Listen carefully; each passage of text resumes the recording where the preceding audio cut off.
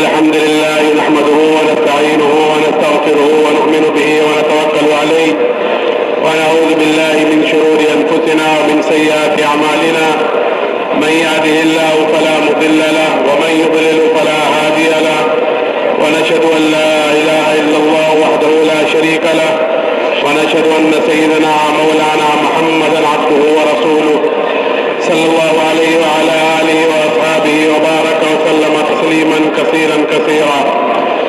أما بعد فأعوذ بالله من الشيطان الرجيم. بسم الله الرحمن الرحيم.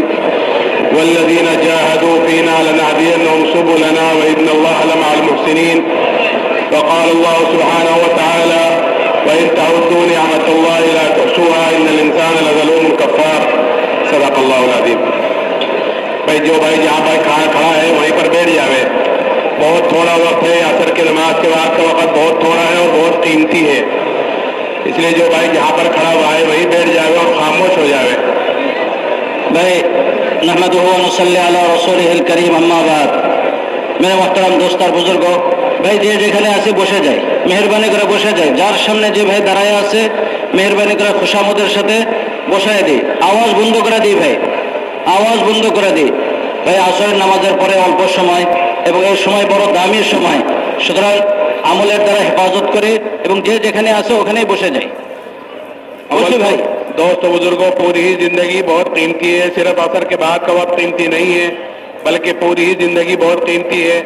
عصر کی نماز کے بعد کا وقت تو اور زیادہ قیمتی ہے کہ حدیث پاک کا مفہوم ہے. اللہ تعالیٰ فرماتا ہے کہ تو فجر کی نماز کے بعد اور عصر کی نماز کے بعد تھوڑی دیر مجھے یاد کر لیا کر، میں درمیانی حصے میں تیری کفالت کروں گا. تو زندگی قیمتی، پھر عصر کے بعد کا وقت قیمتی، پھر اللہ کے راستے میں اس کی قیمت اور بڑھ جاتی ہے کہ اللہ کے راستے کی ایک صبح اور ایک شام دنیا اور دنیا میں جو کچھ ہے ان سب سے بہتر ہے. لیکن میرے محترم بزرگوں دوستوں، یہ وقت قیمتی جب بنتا ہے، یہ وقت بہتر جب بنتا ہے جب ہم اس وقت کو قیمتی بناویں گے. نہیں تو وقت کا کام تو گزرنے کا ہے، گزر ہی رہا ہے. کس کی کتنی زندگی گزر گئی ہر ایک کو پتہ ہے، لیکن آگے کس کی کتنی باقی ہے یہ کسی کو کچھ پتہ نہیں ہے. اس لیے سورج جب روزانہ نکلتا ہے تو وہ یہ اعلان کرتا ہے کہ ابن آدم، تجھے جو عمل کرنا ہو کر لے، آج کے دن تیری زندگی میں پھر کبھی نہیں آئے گا. اس لیے ہمیں اپنی زندگی کو قیمتی بنانا ہے عملوں کے اندر لگ کر. اس لیے کہ اعمال ایک ایسی چیز ہے جو انسان کے ساتھ ہر جگہ ساتھ رہتے ہیں اور 100% ساتھ رہتے ہیں. اعمال کہلاتے ہیں کہ انسان 24 گھنٹے میں جو کام کرتا ہے، کھانا ہے، پینا ہے، سونا ہے، جاگنا ہے، کمانا، خرچ کرنا، شادی بیاہ، یہ سارے کے سارے جو یہ کام کرتا ہے یہ اس کے اعمال کہلاتے ہیں. اور یہی سارے کے سارے اعمال جو اللہ کو نہیں مانتے، غیر ہیں، وہ بھی یہی سارے کام کرتے ہیں. فرق ان میں اور ہم میں اتنا ہے کہ ہمیں ان سارے کام کرنے کا طریقہ بتلایا گیا ہے کہ لقد کان لکم فی رسول اللہ اسوۃ حسنہ، کہ تمہارے لیے زندگی گزارنے کا بہترین نمونہ کہ وہ تمہارے پیارے نبی کی زندگی ہے. کہ کل قیامت کے دن اللہ تعالیٰ ہر ایک کو اس نمونے کے مطابق دیکھیں گے باعتبار اعمال کے کہ زندگی گزارنے میں کہ اس نے کتنا جناب رسول اللہ صلی اللہ علیہ وسلم کے طریقے کے مطابق اپنی زندگی گزاری ہے. کہ جس کی جتنی زندگی نبی کے طریقے کے مطابق ہوگی کہ اللہ کیا اس کی قدر و قیمت ہوگی، اللہ کیا اس کی حیثیت ہوگی.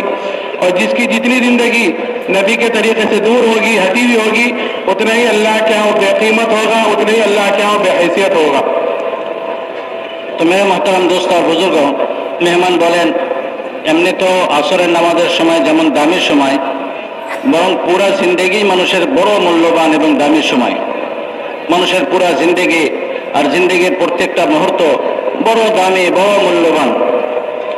আর এই সময়ের ভিতরে, পুরা জিন্দেগির ভিতরে আসরের নামাজের পরের সময় এটা আরো দামি সময়. এই জন্য মেরে মহতারাম দোস্ত বুজুর্গ, হাদিস শরীফে রসুল আকরাম সাল্লাল্লাহু আলাইহি ওয়াসাল্লাম ইরশাদ করেছেন যে বনি আদম, আল্লাহ তাআলা ইরশাদ করেন যে তুমি ফজরের নামাজের পরে আর আসরের নামাজের পরে কিছু সময় আমাকে ইয়াদ করো, আমাকে স্মরণ করো, মধ্যবর্তী সময়ের জন্য আমি তোমার জন্য যথেষ্ট হয়ে যাব. বড় দামি সময়, বড় মূল্যবান সময়. এই জন্য মেরে মহতারাম দোস্ত বুজুর্গ, সময় এটা বসে থাকে না, এটা চলে যাবে, কিন্তু এই সময় তো দামি তখনই হবে যখন এটাকে দামি বানানো হবে. এটাকে দামি বানানো হবে, তো তখন এই সময়টা দামি হবে। নতুবা সময় জিন্দেগির মধ্যে থেকে প্রত্যেক দিন তার সময়, তার গতি চলতেছে, সময় শেষ হয়ে যাইতেছে। মেরে মোহতারাম দোস্ত আর বুজুর্গ, হাদিসের ভিতরে আসছে যখন সূর্য উদিত হয় তো দিন এই কথা বলে যে আজকে আমি তোমার জন্য নতুন দিন, আজকে তোমার জন্য আমি যে আসছি, আজকের দিন আবার যখন চলে যাবে নতুন ভাবে এই দিন আর কখনো তোমার কাছে ফিরে আসবে না। সুতরাং যা করার আজকের দিনেই তুমি করে নাও, যা আমল করার আজকের দিনেই তুমি করে নাও। এই জন্য মেরে মোহতারাম দোস্ত আর বুজুর্গ, এই সময় ইন্তজার করে না, অপেক্ষা করে না, সময় শেষ হয়ে যায়, সময় চলে যাইতেছে, কিন্তু এই সময়কে মেরে মোহতারাম দোস্ত আর বুজুর্গ দামি বানাইতে হবে। আর দামি বানানোর তরিকা হইতেছে আমলের দ্বারা দামি বানাইতে হবে। যে যত বেশি আমল করবে এই সময়ের ভিতরে, তো মেরে মোহতারাম দোস্ত আর বুজুর্গ তার এই জিন্দেগির এই সময়টা, জিন্দেগির প্রত্যেকটা মুহূর্ত আল্লাহ তাআলার কাছে দামি হয়ে যাবে। আমল কি? আমল হইতেছে মানুষের জিন্দেগির, মানুষের উঠা বসা, চলাফেরা, খানা পিনা, আর বলছে বিবাহ শাদী, ব্যক্তিগত জিন্দেগি, সাংসারিক জিন্দেগি, পারিবারিক জিন্দেগি, এইসব কাজকর্ম যেগুলি করে মানুষ, এইগুলি হইতেছে আমল। মেরে মোহতারাম দোস্ত বুজুর্গ, এই সমস্ত কাজ যেমন নাকি একজন মুসলমান করে, একজন বেদিন, কাফের, মুশরিক, যারা আল্লাহকে মানে না, আল্লাহকে বিশ্বাস করে না, তারাও এইসব কামগুলি করে। কিন্তু একজন মুসলমানের জিন্দেগি আর একজন গায়রে মুসলিমের জিন্দেগি, বিধর্মীর জিন্দেগি, তাদের মধ্যে তফাৎ হইতেছে এটা। গায়রে মুসলিম, বিধর্মীরা এইসব কাজকর্ম যেভাবে তাদের মনে চায়, নিজের খাহিসাত মতো, মন মতো এইসব জিনিসগুলি তারা পুরা করে। কিন্তু একজন মুসলমান, সে তার জিন্দেগির প্রত্যেকটা কাজকর্ম সে আল্লাহ তাআলার হুকুম, মুহাম্মদুর রাসূলুল্লাহ সাল্লাল্লাহু আলাইহি ওয়াসাল্লামের তরিকা মোতাবেক করবে। তো যখন কোনো বান্দা তার এই কাজকর্মগুলি, বিবাহ শাদী করতেছে, তো এটার ভিতরে আল্লাহ তাআলার কি হুকুম, সেই হুকুম অনুসারে সে বিবাহ শাদী করে, আর নবী করিম সাল্লাল্লাহু আলাইহি ওয়াসাল্লামের তরিকাকে অবলম্বন করে। জিন্দেগির প্রত্যেকটা ক্ষেত্রে আল্লাহর হুকুমকে দেখে, নবীর তরিকাকে দেখে, আর ওই অনুসারে সে আমলটা করে। তো মেরে মোহতারাম দোস্ত আর বুজুর্গ, তখন এই ব্যক্তির জিন্দেগি আল্লাহ তাআলার কাছে দামি হয়ে যায়। মুহাম্মদুর রাসূলুল্লাহ সাল্লাল্লাহু আলাইহি ওয়াসাল্লামের জিন্দেগি আমাদের জন্য উত্তম নমুনা আর উত্তম আদর্শ হিসেবে আল্লাহ তাআলা দিয়েছেন। মেরে মোহতারাম দোস্ত, কোরআনে কারীম আল্লাহ তাআলা ইরশাদ করেছেন, লাকাদ কানা লাকুম ফি রাসূলিল্লাহি উসওয়াতুন হাসানা, নবীর জিন্দেগি তোমাদের জন্য উত্তম আদর্শ। সুতরাং নবীর জিন্দেগিকে তোমরা গ্রহণ করো। তো এই জন্য যে ব্যক্তি তার জিন্দেগির ভিতরে আল্লাহর হুকুমকে ফিট করবে, নবীর সুন্নতকে ফিট করবে, তো মেরে মুহতারাম দোস্ত আর বুজুর্গ, তার জিন্দেগি আল্লাহ তাআলার কাছে দামি হয়ে যাবে। আর যার জিন্দেগি আল্লাহর হুকুম এবং নবীর সুন্নতের বহির্ভূত হবে, তো সে আল্লাহ তাআলার কাছে মূল্যহীন হয়ে যাবে, তার কোনো দাম থাকবে না। এই জন্যে বুদ্ধিমান, আকলমানদের কাম হইতেছে এটা, যে আমরা আমাদের জিন্দেগির প্রত্যেকটা কাজকর্মকে আল্লাহ তাআলার হুকুম আর মুহাম্মদুর রাসূলুল্লাহ সাল্লাল্লাহু আলাইহি ওয়াসাল্লামের তরিকার মাধ্যমে, তরিকা মোতাবেক করার মাধ্যমে আমাদের জিন্দেগিকে দামি বানায় নেব। इसलिए मेरा मोहतरम बुजुर्गों, दोस्तों, हमें ये फिक्र करनी है कि हमारे बदन से निकलने वाले अमाल कैसे हैं। इसलिए कि इसी अमलों पर इंसान की जिंदगी बनने और बिगड़ने का ताल्लुक है। अमल से जिंदगी बनती है, जन्नत भी जहन्नम भी। ये खाकी अपनी फितरत में न नूरी है न नारी है कि इंसान के बनने बिगड़ने का ताल्लुक दुनिया की किसी भी चीज से नहीं है, बल्कि इंसान के बनने बिगड़ने का ताल्लुक इंसान के अमाल से है। और इंसान के अमाल का ताल्लुक इंसान के यकीन के साथ है कि जैसे उसके अंदर का यकीन होगा, बदन से निकलने वाले अमाल उसके एतबार से होंगे। ये अल्लाह जल्ले शान व मनवालू ने हमें दावत तबलीग का जो काम दिया है, बहुत आसान सा, ये अपने अंदर के यकीन को बनाने के लिए, अपने ईमान को बनाने के लिए। ये ईमान, ये अल्लाह ने हमें सबसे बड़ी दौलत, सबसे बड़ी नियामत मरहमत फरमाई है। और ये सबसे बड़ा इनाम अल्लाह ताला ने मुझे और आपको मरहमत फरमाया है, वो ईमान की दौलत है। इसलिए कि इनामात तो अल्लाह ताला के बेशुमार है, इतने हैं कि कुरान ये कहता है कि वइन तउद्दू निअमतल्लाहि ला तुहसूहा, कि अल्लाह ताला के इनामात इतने हैं कि अगर हम अल्लाह की नेमतों को गिनना चाहें, शुमार करना चाहें, तो हम अल्लाह की नेमतों को गिन नहीं सकते, शुमार नहीं कर सकते। इतने इनामात अल्लाह ताला के हमारे ऊपर कदम कदम पर, सांस सांस पर अल्लाह ताला की नेमतें बारिश की तरह हमारे ऊपर उतर रही हैं। और ऐसी ऐसी नेमतें हैं कि अल्लाह की एक नेमत बड़ी नेमत होती है, लेकिन हमारा ध्यान उधर नहीं जाता कि ये भी अल्लाह की नेमतों में से कोई नेमत है। इसलिए कि हर चीज की कदर व कीमत हर चीज की कदर और कीमत आदमी को उस वक्त पता चलती है जब वो चीज हाथ से निकल जाती है। जब तक कोई चीज आदमी के हाथ में होती है उसके कदर और कीमत का अंदाजा नहीं होता। जब वो चीज हाथ से निकल जाती है तो पता चलता है कि मैंने कितनी बड़ी दौलत खोई है। इसलिए इनामात तो बेशुमार है, लेकिन इन तमाम नियामतों में सबसे बड़ी नियामत जो अल्लाह ने मुझे और आपको मरहमत फरमाई है वो ईमान की दौलत है। इसलिए कि खुदा ना खास्ता अगर ईमान के बगैर आदमी इस दुनिया से चला गया, ईमान के बगैर अगर इस दुनिया से चला गया, फिर कल क़यामत के दिन अपनी जान के फिदिये में दुनिया का सारा सोना चांदी भी दे देगा, तब भी कल क़यामत के दिन अल्लाह के अज़ाब से नहीं बच सकता। तो ये नेमत अल्लाह ने मुझे और आपको मरहमत फरमाई है। लेकिन आज दोस्तों बुजुर्गों, हमारे अंदर से, मुसलमानों के अंदर से इस ईमान की कदर व कीमत निकली हुई है। और निकली हुई क्यों है? क्योंकि जो चीज आदमी को बगैर मेहनत के, बगैर मुजाहिदे के, बगैर कुर्बानियों के जो चीज आदमी को मिल जाती है, आदमी के अंदर उसकी कदर व कीमत कम होती है बनिस्बत उसके जो चीज आदमी मेहनत कर कर हासिल करता है। कि जिस चीज पर आदमी का जान माल वक्त लगता है, जिस चीज के लिए आदमी कुर्बानी देता है, कि उसकी कदर व कीमत आदमी के अंदर ज्यादा होती है। और जो चीज बगैर मेहनत के मिल जाती है कि उसकी कदर व कीमत कम होती है। क्योंकि हमें ये ईमान कि बगैर मेहनत के, बगैर मुजाहिदे के, जैसे विरासत में कोई चीज किसी को मिल जाए, कि ऐसे ईमान भी मिला हुआ है कि खानदान मुसलमान, दादा बाप मुसलमान, हम मुसलमानों के घर में पैदा हो गए, अल्हम्दुलिल्लाह हम भी मुसलमान, इसलिए हमारे अंदर इस ईमान की कदर व कीमत कम है। इसीलिए जनाब रसूलुल्लाह सल्लल्लाहु अलैहि वसल्लम ने ईमान की और ईमान वाले की अल्लाह के यहाँ क्या हैसियत है, क्या कदर व कीमत है, वो बतलाई है। और सहाबा कराम रज़ियल्लाहु अन्हुम अजमाइन के अंदर ये ईमान की कदर व कीमत उतारी है। और सहाबा के अंदर ये ईमान की कदर व कीमत ऐसी उतरी कि फिर सहाबा ने इस ईमान के लिए हर तकलीफ को, हर मुशक्क़त को और इसके लिए हर चीज को कुर्बान किया है। इसलिए कि आदमी के अंदर जब किसी चीज की कदर व कीमत उतर जाती है तो फिर आदमी को किसी को कोई कहने सुनने की जरूरत नहीं होती, आदमी खुद ही उस की फिक्र में लगता है कि क्या कदर बतलाई ईमान वाले की, कि ये कदर बतलाई है ईमान वाले की कि अल्लाह क्या एक ईमान वाले की ये कदर है कि जब तक एक ईमान वाला इस दुनिया में मौजूद रहेगा, यानी अल्लाह अल्लाह कहने वाला मौजूद रहेगा, अल्लाह ताला इस सात ज़मीन आसमान के निज़ाम को बाकी रखेगा एक ईमान वाले की वजह से। इस वक्त तो करोड़ों मुसलमान है कि सब दुनिया से चले जावे और हम में से एक बाकी रह जावे, तो हमारी एक की वजह से अल्लाह ताला इस सात ज़मीन आसमान के निज़ाम को बाकी रखेगा कि ये कदर है। और कीमत क्या बतलाई कि अगर राय के दाने के बराबर ईमान को बचा कर ले गए तो अल्लाह ताला इस दुनिया से 10 गुनी बड़ी जन्नत बरामद फरमाएगा। अब जिसका ईमान जितना ऊंचा होगा, जिसका ईमान जितना आला होगा, कि क़यामत के दिन उसकी उतनी बड़ी जन्नत होगी। ये तो मैंने कहा था कि दावल तबलीग वाला जो अल्लाह ने काम दिया है ये असल है अपने ईमान को बनाने के लिए, अपने अंदर के यकीन को सही करने के लिए, कि जैसे अंदर का यकीन होगा तो फिर बदन से निकलने वाले अमाल उसके एतबार से होंगे। अगर अंदर का यकीन बना हुआ होगा तो बदन से निकलने वाले अमाल हमारे सही होंगे, और अगर खुदा न खास्ता अंदर का यकीन खराब हुआ तो फिर बदन से निकलने वाले अमाल हमारे खराब होंगे। तो मेरे मोहतरम दोस्त और बुजुर्ग বলেন, আমাদের শরীর থেকে যে সমস্ত আমল প্রকাশ পায়, আমরা যে সমস্ত কাজকর্ম করি এগুলিকে আমল বলা হয়।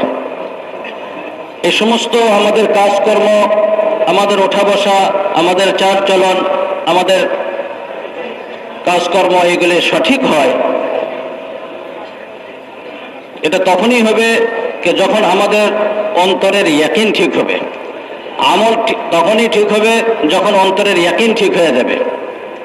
মেরে মোহতারাম দোস্ত আর বুজুর্গ, মানুষের অঙ্গ প্রত্যঙ্গের ব্যবহার এইগুলিকে বলা হয় আমল। আর অঙ্গ প্রত্যঙ্গের ব্যবহার তখন সঠিক হবে যখন অন্তরের ভিতরে ঈমান জায়গা নেবে, ঈমান অন্তরের ভিতরে আসবে। আল্লাহ তাআলার জাতের ইয়াকিন যেই পরিমাণ তার অন্তরের ভিতরে আসবে, ওই পরিমাণ তার জিন্দেগির ব্যবহার, তার কথাবার্তা, তার ওঠা বসা, তার চাল চলন, এই সব কিছু ঠিক হয়ে যাবে। তো আমলের সম্পর্ক মানুষের ইয়াকিনের সাথে। মেরে মোহতারাম দোস্ত আর বুজুর্গ, মানুষের ইয়াকিন যখন নষ্ট হয়ে যায় তো তখন তার আমলও নষ্ট হয়ে যায়। ইয়াকিন, দিলের ইয়াকিন নষ্ট হয়ে গেছে তো অঙ্গ প্রত্যঙ্গের ব্যবহারও নষ্ট হয়ে যায়, খারাপ হয়ে যায়। দিলের ইয়াকিন ঠিক হয়ে যায় তো অঙ্গ প্রত্যঙ্গের ব্যবহারও ঠিক হয়ে যায়। এই জন্য মেরে মোহতারাম দোস্ত আর বুজুর্গ, দিলের ইয়াকিনকে ঠিক করতে হবে। আল্লাহ তাআলা আমাদেরকে দাওয়াত ও তাবলীগের যে মেহনত দিয়েছেন, এই মেহনতটা হইতেছে আমাদের অন্তরের ইয়াকিনকে ঠিক করার নাম। এই অন্তরের ইয়াকিন যখন ঠিক হবে, ঈমান অন্তরের ভিতরে আসবে, তো মেরে মুহতারাম দোস্ত আর বুজুর্গ, আমাদের আমল সুন্দর হয়ে যাবে। আল্লাহ তাআলা বান্দাদেরকে অসংখ্য নিয়ামত দান করছেন। আমরা আল্লাহ তাআলার নিয়ামতের ভিতরে ডুবে আছি। ডানে বামে যেদিকে তাকায় শুধু আল্লাহর নিয়ামত আর নিয়ামত। আর এই সব নিয়ামতের ভিতরে আল্লাহ তাআলা সবচেয়ে বড় নিয়ামত যেটা আল্লাহ তাআলা আমাদেরকে দিয়েছেন, সেটা হচ্ছে ঈমানের নিয়ামত। ঈমানের নিয়ামত সবচেয়ে বড় নিয়ামত। ঈমানের নিয়ামত ছাড়াও অসংখ্য নিয়ামত আল্লাহ তাআলা স্বয়ং ইরশাদ করেন, বান্দা তুমি যদি আমার নিয়ামতকে গণনা শুরু করো, তো আমি তোমাকে এত নিয়ামত দিয়েছি যে তুমি আমার নিয়ামতকে গুণে শেষ করতে পারবে না। সব সময় সর্ব অবস্থায় আমরা আল্লাহ তাআলার নিয়ামতকে ভোগ করতেছি, কিন্তু কোনটা আল্লাহ তাআলার নিয়ামত, কোনটা আল্লাহ তাআলার নিয়ামত না, আমরা যেহেতু এটা সর্বদা ভোগ করতেছি, অনুধাবনই করি না যে এটা আমরা আল্লাহর নিয়ামত ভোগ করতেছি। ছোট ছোট জিনিস আমরা মনে করি যে এটা সাধারণ জিনিস, এটাও কি আবার কোনো আল্লাহর দেওয়া নিয়ামত হইল? কিন্তু যখন ওই আল্লাহর দেওয়া ওই নিয়ামতটা, ওই জিনিসটা যখন আমাদের হাতছাড়া হয়ে যায়, তখন এটার মূল্য আমাদের বোঝা আসে যে এটা কত বড় দামি জিনিস ছিল, কত বড় মূল্যবান জিনিস ছিল। তো মেরে মুহতারাম দোস্ত আর বুজুর্গ, এই দুনিয়ার যত কিছু আমরা ভোগ করতেছি, দুনিয়ার ভিতরে আল্লাহ তাআলা যা সৃষ্টি করছেন, এসব আমাদের জন্য সৃষ্টি করছেন। এই সব কিছু হইতেছে আল্লাহ তাআলার দেওয়া নিয়ামত। আর এই সব নিয়ামতের ভিতরে সবচেয়ে বড় নিয়ামত হইতেছে ঈমানের নিয়ামত। মেরে মুহতারাম দোস্ত আর বুজুর্গ, যখন কোনো বান্দার জিন্দেগির ভিতরে ঈমান আসবে, ঈমানওয়ালা হয়ে যাবে, ঈমানি জিন্দেগি যাপন করবে, আর তার নতিজাতে তার আমল সুন্দর হয়ে যাবে, জিন্দেগি সুন্দর হয়ে যাবে, তো মেরে মুহতারাম দোস্ত আর বুজুর্গ, আল্লাহ তাআলা তার এই দুনিয়ার জিন্দেগিকেও সুন্দর করে দেবেন, মওতের পরের জিন্দেগিতে আল্লাহ তাআলা তাকে জান্নাত দান করবেন। তো মেরে মুহতারাম দোস্ত আর বুজুর্গ, জিন্দেগি মানুষের বিগড়ানো, জিন্দেগি মানুষের সুন্দর হওয়া, জান্নাত আর জাহান্নাম পাওয়া, এইগুলি মেরে মুহতারাম দোস্ত বুজুর্গ মানুষের আমলের সাথে সম্পর্ক। আমল से जिंदगी बनती है, जन्नत भी जहन्नम भी, ये खाक अपने फितरत में ना नूरी है ना नारी। উনি বলছেন যে আমলের দ্বারাই মানুষের জিন্দেগি সুন্দর হয়, মানুষ জান্নাতি হয়, জাহান্নামী হয়। তার আমল তাকে জান্নাতের দিকে নিয়ে যায়, তার আমল তাকে জাহান্নামের দিকে নিয়ে যায়। জন্মগতভাবে না সে জাহান্নামী না সে জান্নাতি, আমল তাকে জান্নাতের রাস্তার উপরে উঠায়, আমল তাকে জাহান্নামের রাস্তার দিকে নিয়ে যায়। এই জন্য মেরে মুহতারাম দোস্ত আর বুজুর্গ, আমলকে সুন্দর করতে হবে। আর আমল তখন সুন্দর হবে তো যখন জিন্দেগির ভিতরে ঈমান আসবে। আল্লাহ জাল্লে জালাল আম্মানওয়ালহু আমাদেরকে এই যে দাওয়াত ও তাবলীগের এক মেহনত দিয়েছেন, এই মেহনত ওই ঈমানকে হাসিল করার মেহনত, এই মেহনত ওই ঈমানকে শেখার মেহনত। এই মেহনতের মাধ্যমে আমাদের জিন্দেগির ভিতরে ঈমানকে হাসিল করতে হবে। যখন ঈমানে জিন্দেগি হাসিল হয়ে যাবে, তো মেরা দোস্ত বুজুর্গ, আল্লাহ তাআলা এই দুনিয়ার ক্ষণস্থায়ী জিন্দেগিকেও সুন্দর করে দেবেন, মওতের পরে চিরস্থায়ী জিন্দেগি আল্লাহ তাআলা জান্নাত দান করবেন।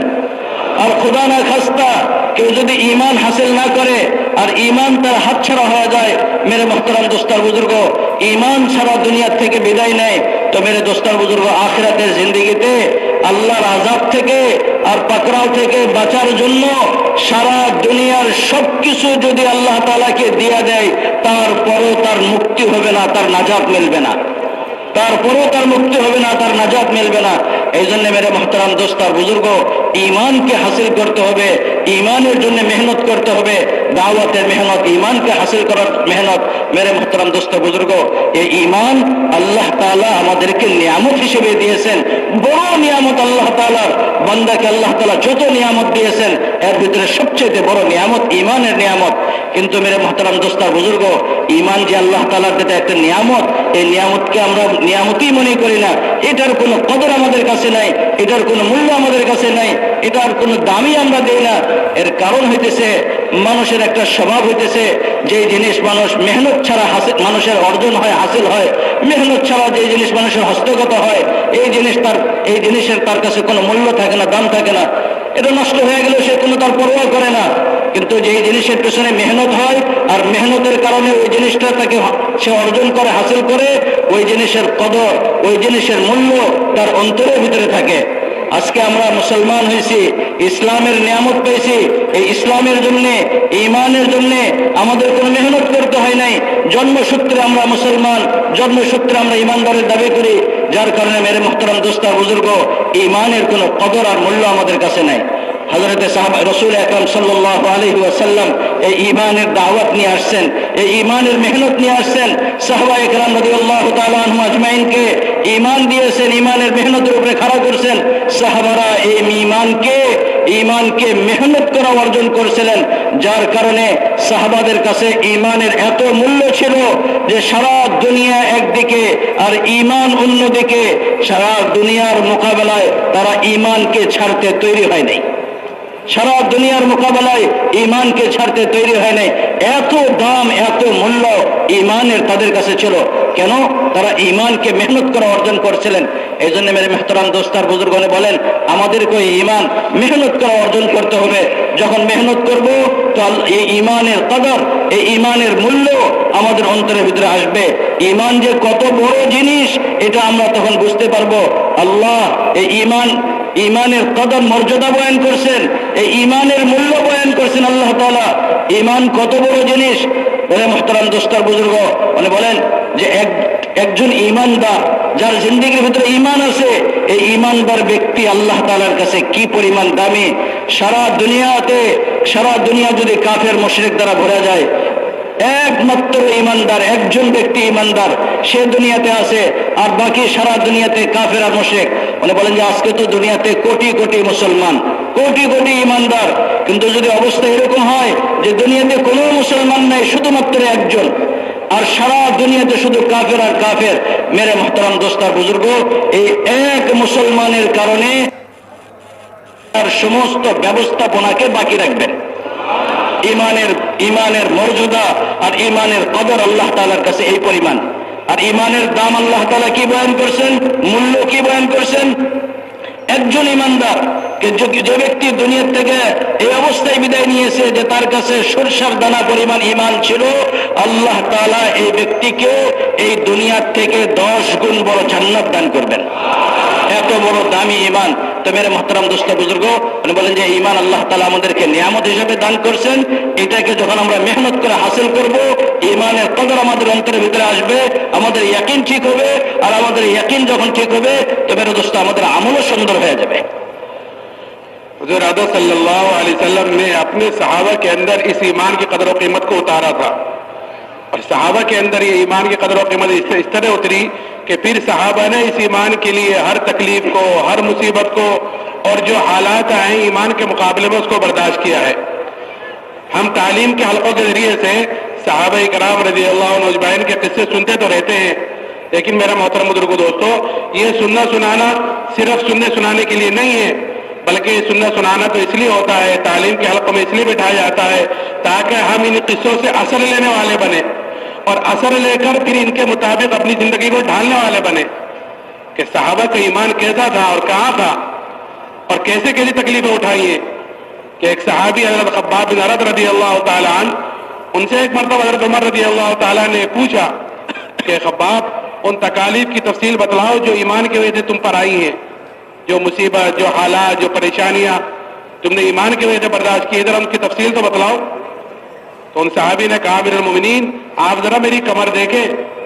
जब कमर देखी तो हजरत उमर ने फरमाया कि खब्बाब, ऐसी कमर तो किसी की नहीं देखी जैसी तुम्हारी है। तो हजरत खब्बाब ने कहा, अमीरुल मोमिनीन, मुझे तो आग के अंगारों पर लिटाकर घसीटा जाता था, और मेरी चर्बी से, मेरे खून से आग बुझती थी। कहे की वजह से, कि ईमान की वजह से, कि एक औरत के गुलाम थे, जब उसको ये पता चला कि जनाब रसूलुल्लाह सल्लल्लाहु अलैहि वसल्लम से मिलते हैं, तो सरिये को गर्म कर कर उससे उनके बदन को दाग देती थी सजा के तौर पर, कि यह तो ईमान से फिर जाए, नहीं तो इस सजा को भुगतते रहे। लेकिन इन तकलीफों को बर्दाश्त करना, क्योंकि आज मैंने कहा ना, आदमी के अंदर जब किसी चीज की कदर व कीमत उतर जाती है तो फिर आदमी उसके लिए हर तकलीफ को, हर मुसीबत को बर्दाश्त करता है, और जिस चीज की कदर व कीमत उतर जाती है आदमी उसके लिए अपनी सारी चीजें झोंक देता है, अपनी जान, अपना माल, अपना वक्त उसके पीछे लगा देता है जिस चीज की कदर व कीमत अंदर उतर जाती है। सहाबा के अंदर क्योंकि ईमान की कदर व कीमत उतरी हुई थी कि फिर सहाबा ने इस ईमान के लिए अपनी सारी चीज, अपनी जान माल उसके लिए झोंक दिया, और तकलीफें उसके लिए बर्दाश्त की। ایسے ہی کوئی چیز ایمان کے مقابلے پر آئی ہے تو اس کو قربان کیا ہے، کیونکہ دو چیزیں آتی ہیں، جب آدمی دین پر چلتا ہے، اپنے دین کے تقاضوں کو پورا کرتا ہے، تو اس تقاضوں پر چلنے کے لیے آدمی کے سامنے رکاوٹیں آتی ہیں۔ رکاوٹ کیا آتی ہے کہ ایک طرف خواہش آتی ہے، ایک طرف حکم آتا ہے۔ تو اگر اندر کا یقین بنا ہوا ہوگا تو آدمی حکم کو پورا کرے گا، خواہش کو قربان کر دے گا، اور اگر خدا نہ خواستہ اندر ایمان بنا ہوا نہ ہوا، یقین بنا ہوا نہ ہوا، تو آدمی خواہش کو پورا کرے گا اور حکم کو قربان کر دے گا، حکم کو چھوڑ دے گا، خواہش پوری کرے گا۔ اس لیے صحابہ کہتے ہیں کہ تعلمنا الایمان ثم تعلمنا القرآن، کہ پہلے ہم نے ایمان کو سیکھا ہے، ایمان کو بنایا ہے، ثم تعلمنا القرآن، پھر ہم نے قرآن کو سیکھا، قرآن یعنی شریعت، دین، کہ جب ایمان بن گیا تو پھر دین پر چلنا آسان ہوا، پھر دین پر چلنے میں کوئی رکاوٹ آئی تو اس رکاوٹ کا برداشت کرنا بھی آسان ہوا۔ اس لیے میرے محترم بزرگوں، دوستو، یہ اندر کا یقین یہ بنتا ہے دعوت سے، کہ جب آدمی ہر جگہ اللہ کی بڑائی کو بولتا ہے، سنتا ہے، اس کی عظمت کو بولتا ہے، سنتا ہے، اس کی دعوت دیتا ہے، تو اللہ سے ہونے کا یقین اندر پیدا ہوتا ہے، کہ جب اللہ ہی سے ہونے کا اندر یقین پیدا ہوگا تو پھر آدمی کے بدن سے وہ اعمال نکلیں گے جس سے اللہ راضی ہوتا ہے، کیونکہ اس کا یقین ہی وہی ہے کہ نماز پڑھوں گا تو نماز سے میری روزی کا برکت، میری روزی میں برکت ہے، نماز پڑھوں گا تو یہ مجھے ثمرات ملنے والے ہیں۔ اور اگر خدا نہ خواستہ یقین بگڑا ہوا ہوگا تو آدمی اس وقت سے اپنے عمل کو خراب کرے گا، اپنی نماز کو خراب کرے گا۔ کیوں؟ کیونکہ یقین نماز سے کامیابی کا نہیں ہے۔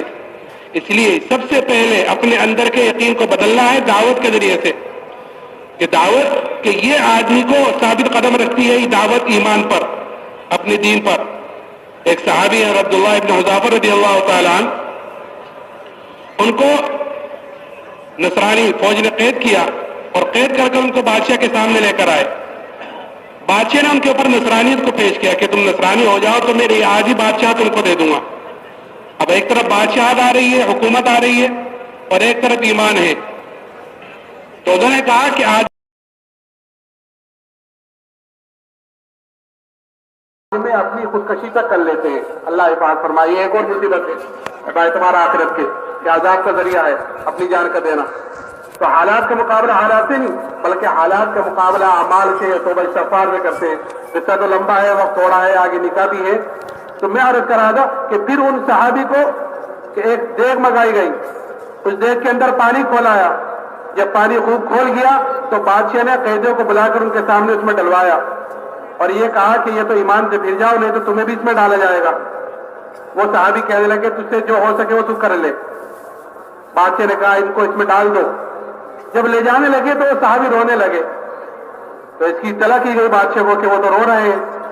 بادشاہ سمجھا کہ یہ ابھی ایمان سے پھر جائیں گے، ڈر گئے۔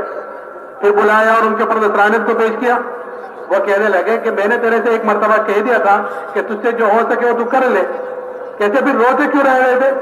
کہ میں تو اس لیے رو رہا تھا کہ میرے بدن کے اندر ایک جان ہے، وہ جان اس دیگ میں ڈالی جائے گی، ختم ہو جائے گی۔ میں تو اس لیے رو رہا تھا کاش میرے بدن کے اندر 100 جانیں ہوتی اور وہ ساری کی ساری جانیں اس دیگ میں ڈالی جاتی اور وہ ساری کی ساری جانیں میں اللہ کے نام پر قربان کرتا۔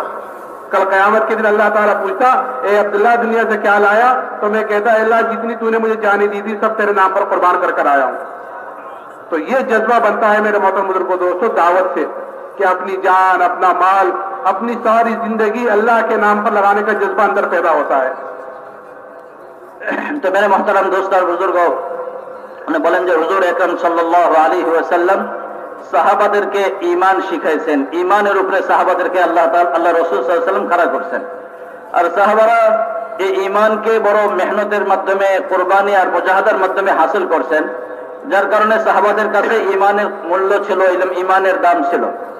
আর ঈমানের মোকাবেলায় যত রকমের কষ্ট আর যত রকমের বাধা বিপত্তি আসছে সবকিছুকে সাহাবা ইকরাম রাদিয়াল্লাহু তাআলা আজমাইন এইগুলিকে সহ্য করছেন।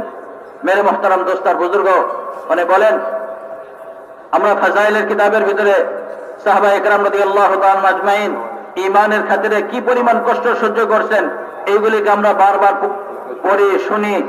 এই পড়াশোনা শুধু জানার জন্য না, এই পড়াশোনাগুলি শুধু জানার জন্য না, বরং এইগুলি বারবার পড়া এবং বারবার শোনা এই জন্যে যে আমাদেরও যেন এই মেজাজ তৈরি হয় যে ঈমানের কারণে যে কোনো রকমের কষ্ট আমাদের সামনে আসে, হাসি মুখে ওই কষ্ট যেন আমরা বরদাস্ত করতে পারি, ওই কষ্টগুলিকে যেন আমরা সহ্য করে নিতে পারি, আর ঈমানের উপরে অটল থাকতে পারি। এই কষ্টের কারণে যেন আমরা ঈমানকে না ছাড়ি। সাহাবায়ে কেরাম রাদিয়াল্লাহু তাআলা আজমাইন ঈমানের জন্য কি পরিমাণ কষ্ট করছেন এর ঘটনা বিবরণ অনেক। এক সাহাবী হযরতে খাব্বাব রাদিয়াল্লাহু তাআলা আনহু, হযরত ওমর ফারুক রাদিয়াল্লাহু তাআলা আনহু একবার ওনাকে বললেন যে, হে খাব্বাব, ইসলামের শুরু যুগে ইসলামের গ্রহণ করার কারণে আপনার উপরে যে সমস্ত কষ্ট আসছে, যে সমস্ত মুসিবত আসছে, এইসবের কিছু বিবরণ আপনি আমাকে শুনেন। হযরত খাব্বাব রাদিয়াল্লাহু তাআলা আনহু মুখে কোনো কিছু বললেন না, নিজের কোমরের কাপড় উঠাইলেন আর বললেন যে, আমিরুল মুমিনিন, আমার কোমর দেখেন। হযরত ওমর ফারুক রাদিয়াল্লাহু তাআলা আনহু ওনার কোমর দেখলেন আর দেখলেন যে এই কোমরে কোনো গোশত নাই, শুধু হাড্ডি আর হাড্ডি। বললেন যে, খাব্বাব, এরকম কোমর তো আমি কারো দেখি নাই, তোমার কোমরের এই দুরবস্থা কেন? উনি বললেন, ইসলামের কারণে, ইসলাম গ্রহণ করার কারণে জ্বলন্ত কয়লার উপরে আমাকে শোয়া টানা হেঁচড়া করা হইতো, আর আমার কোমরের চর্বি দ্বারা এই জ্বলন্ত কয়লাগুলি নিভে যেত।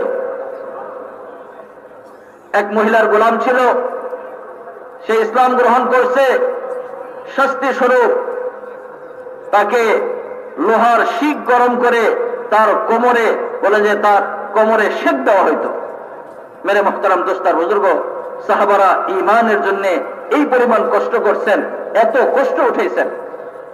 তা সত্ত্বেও এত কষ্টের পরেও বিন্দু মাত্র তাদেরকে তাদের ঈমান থেকে হটানো যায় নাই। ঈমান থেকে তারা ঈমান থেকে একটুকু বিচলিত হন নাই। ঈমানের উপরে দৃঢ় ছিলেন, মজবুত ছিলেন। কেন? মেহনত করে ঈমান অর্জন করছিলেন, যার কারণে ঈমানের কদর, ঈমানের মূল্য, ঈমানের মর্যাদা তাদের অন্তরের ভিতরে ছিল।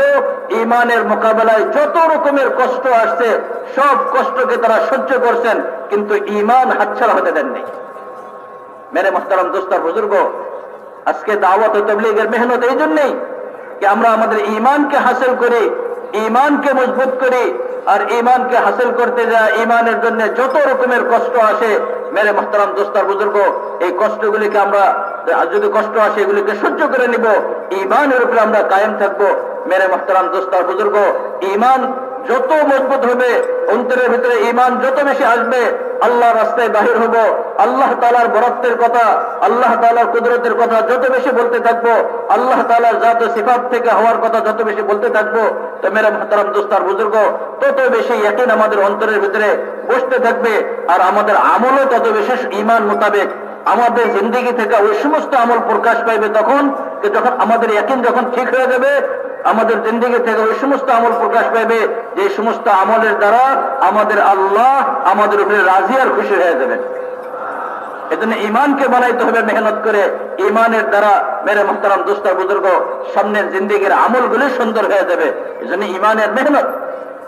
কিন্তু যখন মেরে মুহতারাম দোস্তার বুজুর্গ এই ইয়াকিন ঠিক হয়ে যাবে, ঈমানের উপরে মানুষ যখন চলতে থাকবে, তো ঈমানের উপরে চলা অবস্থায় তার উপরে বিভিন্ন রকমের ইমতিহান আসে, বিভিন্ন রকমের হালাত আসে, বিভিন্ন রকমের অবস্থা তার উপরে আসে। দিলের ইয়াকিন যখন ঠিক হয়ে যায়, তো মেরে মুহতারাম দোস্তার বুজুর্গ, সর্ব অবস্থায় সে সঠিক রাস্তার উপরে চলতে থাকে, গলত রাস্তার উপরে সে যায় না। কি অবস্থা আসে তার উপরে? একদিকে তার খাহিসাতের অবস্থা আসে, মন মতো চলা, বলে এইভাবে চলো, এইভাবে চললে ভালো লাগবে, মন খুশি হয়ে যাবে। আরেক দিকে আসে হচ্ছে আল্লাহ তাআলার হুকুম। তো মেরা মুহতারাম দোস্ত বুজুর্গ, যার ইয়াকিন ঠিক হয়ে যায়, সে খাহিসাতকে কুরবানি করে, আল্লাহর হুকুমের দিকে দৃষ্টি রাখে আর আল্লাহর হুকুমকে সে পুরা করে। আর যার ইয়াকিন ঠিক হয় নাই, তো মেরে মুহতারাম দোস্ত বুজুর্গ, সে আল্লাহ তাআলার হুকুমকে বিসর্জন দিয়ে দেয় আর নিজের খাহিসাতকে পুরা করে, খাহিসাতকে পুরা করে। এই জন্য মেরে মুহতারাম দোস্ত বুজুর্গ, দিলের ইয়াকিনকে দাওয়াতের মেহনতের মাধ্যমে, আল্লাহ রাস্তায় বাইর হয়ে কুরবানি আর মুজাহাদার মাধ্যমে দিলের ইয়াকিনকে ঠিক করা। এরপরে মেরে মুহতারাম দোস্তা বুজুর্গ, এই ইয়াকিন ঠিক হবে, ঈমান মজবুত হবে, ঈমানের উপরে মানুষ চলতে থাকবে। তো মেরে দোস্তার বুজুর্গ, তার উপরে বিভিন্ন রকমের হালাত আসবে, অবস্থা আসবে। আল্লাহ তাআলা নিয়ে আসেন মানুষের উপরে হালাত, বিভিন্ন রকমের অবস্থা, ভালো অবস্থা, খারাপ অবস্থা, দুই রকমের অবস্থা আল্লাহ তাআলা ঈমানদারদের উপরে নিয়ে আসেন। আর এইগুলো এই জন্যই নিয়ে আসেন যে আল্লাহ তাআলা এর মাধ্যমে ঈমানদারদেরকে পরীক্ষা করতে চান যে সে তার ঈমানের দাবির ভিতরে সত্যবাদী না মিথ্যাবাদী। মেরে মুহতারাম দোস্ত বুজুর্গ, যদি ঈমানের দাবির উপরে সত্যবাদী হয় তো যত রকমের হালাতে আসুক না কেন সে সর্ব অবস্থায় ঈমানের উপরে জমে। আর ঈমানের দাবির উপরে দাবিতে যদি সে মিথ্যাবাদী হয় তো হালাতের কারণে সে ওরা যে বিচলিত হয়ে যায়, ঈমানের খিলাফ আমল করে। এই জন্য মেরে মুহতারাম দোস্ত বুজুর্গ, কি হালাত আসেন, আল্লাহ তাআলা ঈমানের কারণে যখন কেউ ঈমানদার হওয়ার দাবি করে আল্লাহ তাআলা পরীক্ষা করেন দুই রকমের জিনিস দিয়ে। এক রকমের জিনিস হইতেছে তাকে আল্লাহ তাআলা নিয়ামত দেন, নিয়ামত দিয়ে আল্লাহ তাআলা পরীক্ষা করেন। ধন সম্পদের লাইনে নিয়ামত দেন, এইগুলো দিয়ে আল্লাহ তাআলা পরীক্ষা করেন। তো নিয়ামত আল্লাহ তাআলা বান্দাকে দেন ঈমানের উপরে পরীক্ষা করার জন্য। আল্লাহ তাআলা দেখতে চান এই নিয়ামত পায়া বান্দা আমাকে ভুলা যায় নাকি এগুলো দুনিয়ার পেছনে খায়সাদের পেছনে পড়া যায়। আর মেরে মুহতারাম দোস্ত বুজুর্গ, দ্বিতীয় জিনিস যেটা আল্লাহ তাআলা দিয়ে পরীক্ষা করেন সেটা হচ্ছে আল্লাহ তাআলা তার জিন্দেগির উপরে মুসিবত নিয়ে আসেন। মুসিবত পেরেশানি দিয়ে আল্লাহ তাআলা তাকে পরীক্ষা করেন। ঈমানদার বান্দা এই মুসিবতের ভিতরে সে হালাতের দ্বারা, এই মুসিবতের দ্বারা মুতাআসসির হয় না, বরং সে তওবা ইস্তিগফার করে আল্লাহ তাআলার দিকে ফিরে আমলের ভিতরে লাগে। আর আমলের দ্বারা সে নিজের মাসাইলকে আল্লাহ তাআলার কাছ থেকে হল করাতে চায়। এই জন্য মেরে মুহতারাম দোস্ত আর বুজুর্গ, উনি বলেন যে ঈমানকে হাসিল করতে হবে, ঈমানকে মেহনত করা অর্জন করতে হবে। যখন ঈমান জিন্দেগির ভিতরে আসবে আমাদের আমল সুন্দর হবে। আমল যখন সুন্দর হবে মেরে দোস্ত আর বুজুর্গ, আমাদের জিন্দেগি সুন্দর হয়ে যাবে। আমাদের জিন্দেগি যখন সুন্দর হয়ে যাবে আল্লাহ তাআলা আমাদেরকে উপরে রাজি আর খুশি হয়ে যাবেন। দোনো জাহানে আল্লাহ তাআলা আমাদেরকে কামিয়াব করবেন। এই জন্য ঈমানকে শেখার জন্য এই দাওয়াতের মেহনত, আল্লাহর রাস্তায় বাইরে আমাদেরকে মেহনত করতে হবে। अब ये थोड़ा सा वक्त है, निकाह भी है बहुत सारे, इसलिए हमें दावत के जरिए से अपने अंदर को ईमान बनाना और फिर अल्लाह से ईमान कामिल को मांगना भी है। दोनों चीज, दावत और दुआ, यही अंबिया अलैहिस्सलाम में दो चीज लेकर आते थे, दावत और दुआ। इसी तरह हमें भी दावत के जरिए से अपने अंदर के यकीन को बनाना और दुआ से फिर अल्लाह से ईमान को मानना। जैसे मैंने शुरू में कहा था कि असर की नमाज के बाद बहुत कीमती है। अब थोड़े से निकाह भी है, इसमें इंशाअल्लाह खुतबा पढ़ा जाएगा। आप हजरात से दरख्वास्त है कि इसी तरह बैठे रहे, अल्लाह की तरफ मुतवज्जे रहे। जिन भाइयों की जेब में तस्बीह है वो अपनी 3-3 तस्बीह बैठे बैठे पूरी कर लें, न शोर करे, न शोर इधर उधर जावे, बल्कि जमकर बैठे रहे। करेंगे इंशाअल्लाह। ভাই এখন বিবাহ হবে, অল্প সময় আছে, আমরা নিজেদের পকেটের ভিতরে যে তসবিহ আছে তসবিহ বার করে নিজ নিজ জায়গায় বসে থেকে ঈমান শিখতে হবে, ঈমানের জন্য মেহনত করতে হবে, আল্লাহ তাআলার কাছে দোয়ার মাধ্যমে ঈমানকে চাইতে হবে। এখন বিবাহ হবে, কেউ ওঠা হাঁটাচলা করবো না, উঠবো না, বাস নিজ নিজ জায়গায় বসে তসবিহ পুরা করতে থাকি।